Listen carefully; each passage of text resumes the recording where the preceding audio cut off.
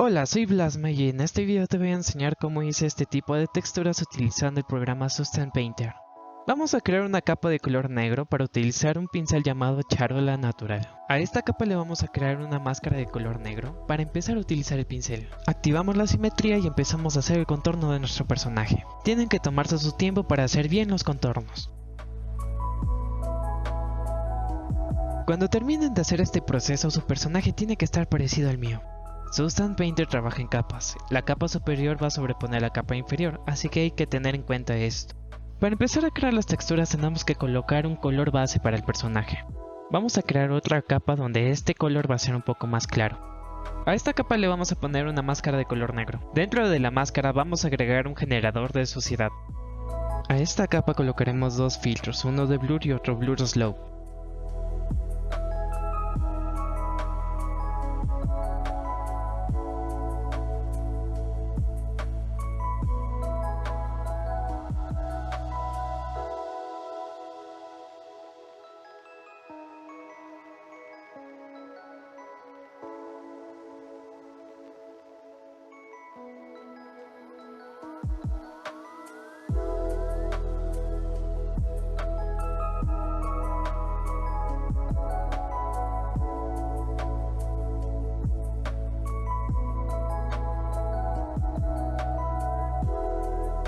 Creamos otra capa con otro diferente color. Igualmente vamos a colocar una máscara de color negro, pero en este caso vamos a aplicar un fill. Dentro del fill tenemos que buscar nuestros thickness de nuestro personaje.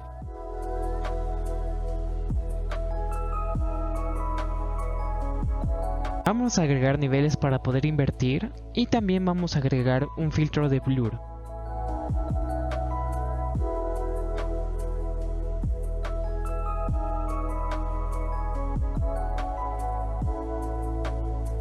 Vamos a agregar otra capa, pero el color de esta capa tiene que ser el color base de nuestro personaje. Vamos a crear una máscara de color negro y vamos a colocar fill. Dentro del fill tenemos que buscar ambient occlusion. Agregamos niveles para poder invertir.